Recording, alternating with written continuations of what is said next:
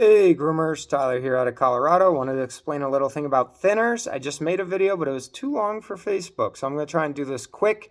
So please message me or comment if you have any questions on this. I'm just going to try and go over it fast. So thinners have V-notches in there for a reason. There's a few different types of thinners. There's a V-notch, there's like a step up that looks like a jagged tooth going up, and then there's like an angled one with a serration on it, are the ones I usually see. Anyway, all of those serve a purpose. They all catch hair. So hair will fall down in between.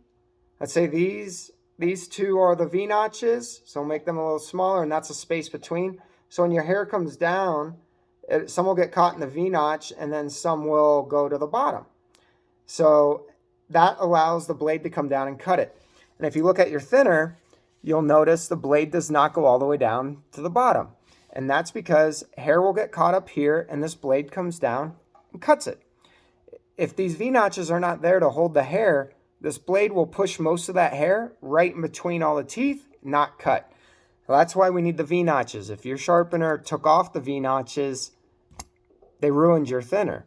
The best we can do is reserrate it. I don't know anybody that can put these teeth back in. If you can, message me because I will send tons of thinners your way.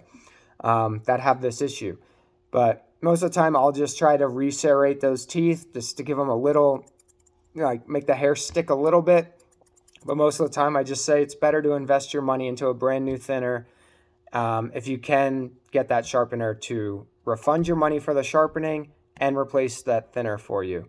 Because that's just, it's bad technique, not good. It's like when you cut a dog, you guys give a discount or whatever. Most of the time I see, unless it's an unusual case. But you try to make things right, just like your sharpener should. And I'll show you something else to look for with your sharpener. This is the machine you want to see. It's a Flathone. And the reason we use them now is because your scissors are delicate and we can get most of that blade down on the pad and sharpen it all at the same whatever.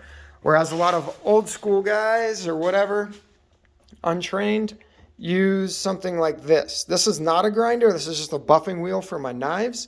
But the grinders look similar to this, where you're not getting the whole blade on it. So then that way you might end up with a blade that has a big, a big wave in it, And that's just not good.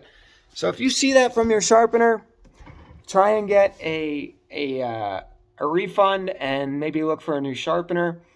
When you're looking for a new one, ask if they use a Flathone. That's what you want if you use Japanese style scissors, which most of the ones we have today are.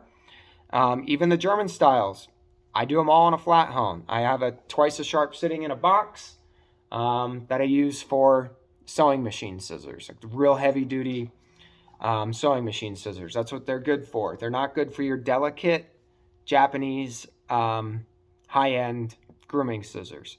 So if you have any questions, let me know. I'm going to cut this off now so I can post it on Facebook. Everyone have a good week. All right. Bye.